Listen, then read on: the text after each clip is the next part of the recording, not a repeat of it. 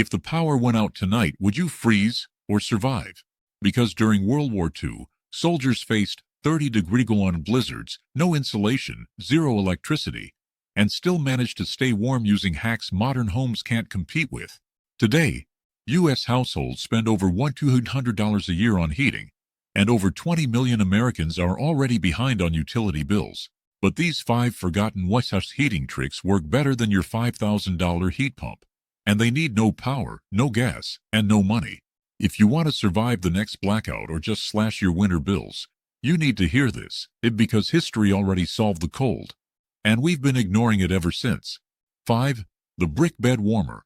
How soldiers used masonry for nighttime heat that lasted till dawn. Most people today don't realize just how valuable an ordinary brick could be on a freezing battlefield in 1942. But to a soldier trying to sleep in a damp foxhole or an uninsulated barrack with frost creeping in through the cracks, one heated brick could mean the difference between a restless night and a few hours of critical sleep. This hack was so reliable that it was standard practice in British Home Guard outposts and even civilian homes enduring blackout conditions during the Blitz. Here's how it worked. Soldiers would heat bricks near their field stoves or even in open flames when wood was available. Once hot but not glowing red, they'd wrap them in old socks, canvas, or rags and place them under bedding at their feet or even directly against their chests, inside coats. A properly heated brick retains usable warmth for over 5 hours thanks to its thermal mass. Modern tests show a standard clay brick can reach and hold temperatures above 100 degrees Celsius, 38 degrees Celsius, for hours when wrapped correctly. And unlike metal objects, bricks don't cool as abruptly. They release heat slowly, steadily, like a thermal battery. In today's world, this trick is criminally underused. Got a cold bedroom? Pop a few bricks in the oven at 200 degrees, 93 degrees heat for 30 minutes, wrap them in towels, and place them near your feet at night. You'll be shocked how long the heat lasts. Unlike electric blankets, this method uses no power, emits no EMFs, and won't risk a fire if used properly.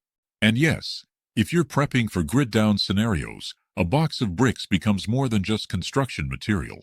It becomes your silent heating unit. Remember, soldiers didn't have modern insulation, but they did have ingenuity. This isn't about nostalgia. This is about physics. Bricks were cheap, common, and fireproof. Perfect for a war zone and perfect for a blackout-prone winter in your neighborhood today. 4. The chimney stack heat trap. Using battlefield airflow to warm a room with no fuel at all. Here's one even most survivalists don't know. Back in the war-torn cities of Europe, when fuel was gone and buildings were nothing but crumbling shells, civilians and resistance fighters used their chimneys not just to expel smoke, but to trap and redirect heat. In makeshift shelters, they would place inverted metal plates or salvaged cookware near the mouth of a blocked-off chimney shaft to create a thermal convection loop. This redirected warm rising air back into the room instead of letting it escape. In bombed-out buildings without fireplaces, savvy occupants discovered that the remaining chimney flue could be weaponized against the cold. They'd partially block the base of the chimney with clay or rubble, leaving a small slit where hot air from candles, body heat, or even small tea burners would rise and reflect downward as the warm air accumulated. This created a microclimate, tiny but measurable. In modern terms, this mimics the principles of a rocket mass heater, where the goal is to maximize the heat retained and minimize the wasted exhaust. In today's homes, you can repurpose this principle. Close your damper or flue when not using the fireplace. It stops up to 20% of your heat loss, according to the U.S. Department of Energy. But take it further. You can place a heat reflector, a fire-safe metal plate, or an old baking sheet, angled above a lit candle or small fire source inside the fireplace. The upward warmth, instead of vanishing up the chimney, reflects back into your living room. Some wartime survivors even hung wet blankets inside chimney mouths to absorb heat and release it slowly as steam. Ingenious and dangerous? Maybe. But in an emergency, you'd be shocked what a single blocked flue can do to preserve ambient heat. And for you, sitting at home wondering why your electric bill tripled this winter, ask yourself, are you letting 25% of your heat fly up an unused chimney? WWII fighters couldn't afford that mistake. Maybe neither can you anymore. 3. The oil drip heater hack. How mechanics and medics heated entire bunkers with leftover engine oil. You'd be surprised how a puddle of dirty engine oil could turn into a life-saving heat source during white pound. When fuel was rationed and firewood was non-existent in parts of Eastern Europe and the Pacific Islands, soldiers improvised what we now call oil drip heaters, using nothing more than gravity, a few metal cans, and some leftover motor sludge. Originally used by tank crews and field mechanics, this setup became legendary in field hospitals, forward command bunkers, and repair depots. The system was devilishly simple. A small reservoir, often a punctured jerry can, would slowly drip used motor oil into a metal basin or a cut-out steel pipe, where the oil would ignite and burn steadily like a mini furnace. This wasn't some quick flicker. A properly calibrated drip rate, about 1 drop per second, could keep a space heated for 8 to 12 hours without a single touch, and with astonishing fuel efficiency.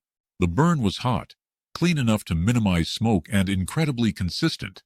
In fact, modern field tests show that a gallon of waste motor oil can generate 140,000 BTUs of heat, enough to warm a 400 square foot space if ventilated correctly. And remember, this was oil that would otherwise have been tossed aside. The real genius was in the rate control. Soldiers used cotton rags twisted into tubes, copper wire drip nozzles, and even gutted pens to fine-tune the flow. Today, with the right precautions and ventilation, you can replicate this setup in your garage or emergency shelter using a steel paint can, some fire bricks, and a copper tube from a hardware store. Obviously, safety is critical. These systems require airflow and metal containment, but in a grid-down situation, they outperform propane and burn longer than wood.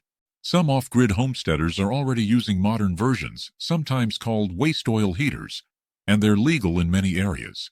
Wood soldiers had no choice but to innovate with what they had, and they learned that even trash oil could become powerful heat if gravity and flame worked together. This wasn't just survival. It was mechanical brilliance born in the cold and darkness of total war. 2. The boiled water ration trick, liquid heat, that soldiers used to warm their core. From the inside out, most people today underestimate the sheer power of internal heat, and Waitu troops knew it intimately. When your hands are numb and your boots are frozen, there's only so much external heat can do.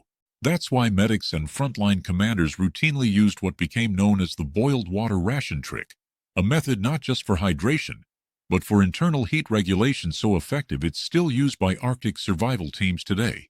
The principle is simple, but the science behind it is surprisingly advanced. Soldiers would boil water, often using trench stoves and field burners, or even the Tommy cookers, and ration it into metal canteens. But instead of just drinking it, they'd sip it slowly over time, allowing the warm liquid to bring their core body temperature up from the inside. This wasn't just comfort, it was damage control. Prolonged cold exposure leads to vasoconstriction, where blood flow pulls away from the extremities to protect vital organs.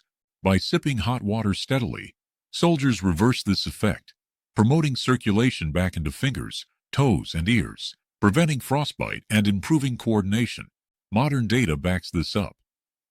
According to a 2014 study by the U.S. Army Research Institute of Environmental Medicine, warm fluid intake increases core temperature faster than external heat in hypothermic conditions, improving survival outcomes by over 30%. But the WWII trick went further.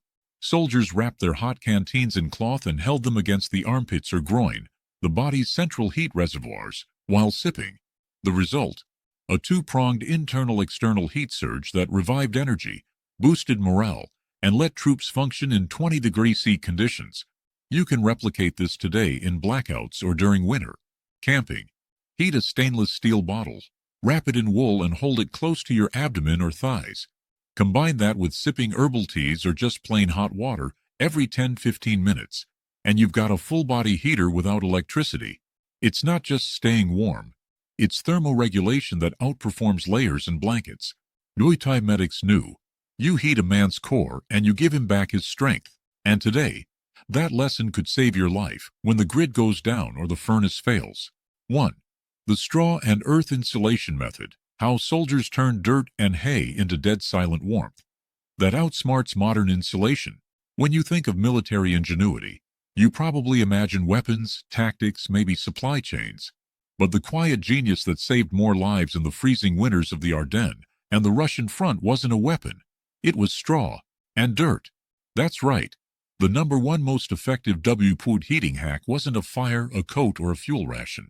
It was insulation. Primitive, abundant, and mind-blowingly effective when used right. Soldiers, especially in rural outposts and makeshift bunkers, learned to pack straw between wood planks, shovel dirt into their dugouts, and create what engineers now recognize as passive thermal mass and convective insulation barriers. The science: straw traps air in its hollow stems.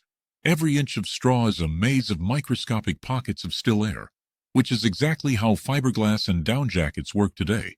Combine that with packed earth, which retains and slowly releases heat over time, and you had a bunker that stayed 30 to 40 degrees warmer than the outside air without burning a single log. That's not theory.